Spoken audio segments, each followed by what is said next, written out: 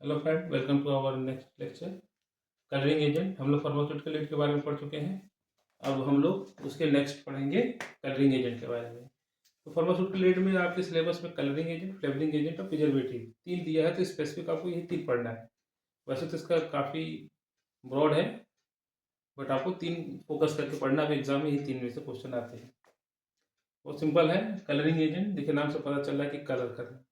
आप कभी भी देखते होंगे, कफ सिरप उठा लीजिए, कोई टैबलेट उठा लीजिए, कैप्सूल उठा लीजिए, कुछ भी, तो आप देखेंगे उसमें अलग अलग कलर के आते हैं। तो वो जो कलर अलग का आते हैं, वो जो होते हैं वो कलरिंग एजेंट होते हैं। कलरिंग एजेंट से हम लोग सिर्फ इसको अच्छा अपीयरेंस देखने के लिए, कि अच्छा देखने में लगे कोई पेशेंट यूज़ कर रहा है। तो दूसरा होता है कि पेशेंट डिफ्रेंशिएट कर ले कि लाल वाली है, गोली कब खानी है, येलो वाली है। तो ये सब उसमें पेशेंट के कंप्लायंस में भी काफ़ी अच्छा रोल प्ले करता है।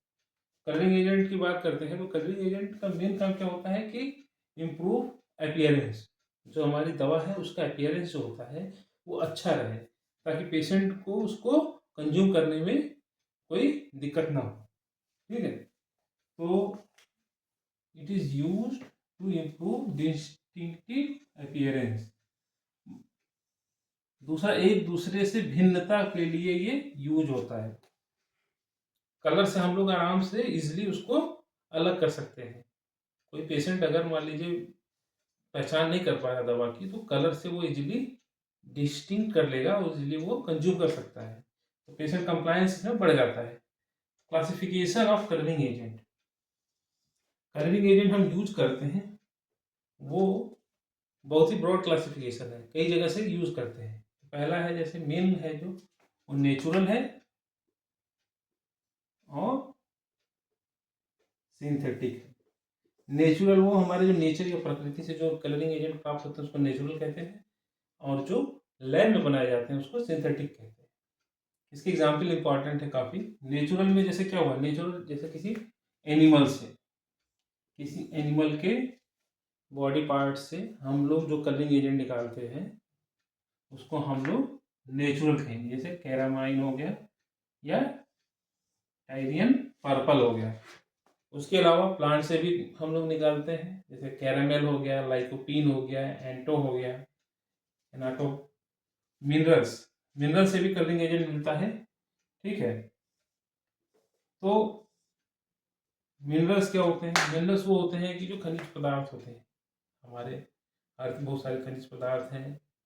आयरन हो गया, एल्युमिनियम हो गया, बक्साइट हो गया, तो सब कुछ जो खनिज पदार्थ हैं उस मिनरल्स में, उसके साथ साथ कुछ ऐसे एजेंट भी होते हैं जो हम लोग कलरिंग एजेंट के फॉर्म में उसको यूज करते हैं। जिसके मेल्चाइट हो गया, सिनाबार हो गया, एर्गोनाइट हो गया। ये नाम आप लोग को याद करना पड़ेगा लिटरली। तो आपको मेन ब्रॉड क्लासिफिकेशन पता चल गया कि नेचुरल एंड सिंथेटिक। नेचुरल से आपको मिलता है that is plant, animal, common है दूसरा, और तीसरा है आपका मिनरल्स। उसके बाद आते हैं सिंथेटिक। सिंथेटिक जो होते हैं वो लैब में बनते हैं, जिसमें नेचुरल हमें प्रकृति से ये प्राप्त नहीं होते हैं। एग्जाम्पल के लिए टाट्राइजीन हो गया, एजोरुबिन हो गया, ब्रिलियंट ब्लू हो गया, इरेथ्रोसिन हो गया। इसके अलावा भी बहुत सारे कलरिंग एजेंट हैं। तो आपको ये नाम याद रखने पड़ेंगे। कभी कभी एग्जाम में आपके फिल इन द ब्लैंक्स या मल्टीपल टाइप क्वेश्चन है उसमें पूछ लेगा, जैसे ब्रिलियंट ब्लू एनिमल सोर्स या प्लांट सोर्स या मिनरल सोर्स या सिंथेटिक, इस टाइप ऑफ कलरिंग एजेंट, तो उसमें आपको सिंथेटिक में टिक करना पड़ेगा। तो कहने का मतलब ये है कि नाम आप याद रखिए इनमें से। एग्जाम में आपको बस शॉर्ट में एक दो भी याद रहेंगे, एक एक समय से एक दो, तो काम चल जाएगा। कोशिश करिए कि सारा याद कर लिया जाए। तो ये हो गया कलरिंग एजेंट। इसके बाद हम लोग इसकी एडेड कैरेक्टरिस्टिक्स, एडवांटेज और डिसएडवांटेज के बारे में भी देखते हैं। चलिए,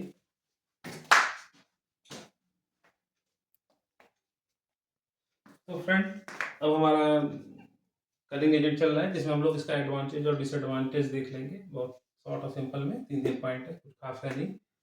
एडवांटेज की बात करेंगे तो कलरिंग एजेंट क्या एडवांटेज होगा?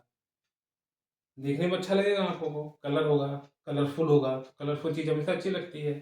तो सबसे बड़ा एडवांटेज क्या हुआ कि बेटर आई फीलिंग, आंखों को अच्छा लगेगा। आंखों को अच्छा लगेगा मतलब ये कि पेशेंट जो है उसका मूड थोड़ा सही रहेगा, दवा खाएगा तो कलरफुल दवा तो एक साइकोलॉजिकल इफेक्ट पड़ता है। इजीली आइडेंटिफिकेशन, फार्मासिस्ट जो होता है वो दवा आपको देता है तो वो भी इजीली आइडेंटिफाई कर जाएगा दवा को, और पेशेंट है वो खाएगा तो वो भी इजीली रिकॉग्नाइज कर लेगा और पहचान कर लेगा। तो कहने का मतलब ये है कि देखने में अच्छा लगता है, और पेशेंट या फार्मासिस्ट या किसी भी जो हेल्थ वर्कर है या मेन हमारा जो पेशेंट है वो आराम से रिकॉग्नाइज कर लेगा कि किस कलर की दवा है और क्या देना है। सिंपल, कुछ है नहीं, easily recognisation, fast recognisation. Okay, उसके बाद आता है डिसएडवांटेज। हर जो दुनिया में जितनी भी चीज़ें कुछ कुछ के एडवांटेज है तो डिसएडवांटेज भी है। और कलरिंग एजेंट का डिसएडवांटेज क्या हो सकता है? कलरिंग एजेंट का सबसे बड़ा डिसएडवांटेज है कि इसमें वैरायटी नहीं है। कलर क्या है, कलर कुछ लिमिटेड कलर है, एनिमल और नेचुरल सोर्स से मिलेगा। हम लोग कुछ भी कलर यूज नहीं कर सकते हैं। हम लोग ऐसा कलरिंग एजेंट यूज करते हैं जो हम मानव को टॉक्सिक ना हो। तो इसकी जो नॉट मच एलिगेंट का मतलब, एलिगेंट का मतलब है कई वैरायटी नहीं है, वैरायटी इसकी सीमित है। लाल होगा, येलो होगा, लिमिटेड मात्रा में है कलरिंग एजेंट की वैरायटी। ठीक,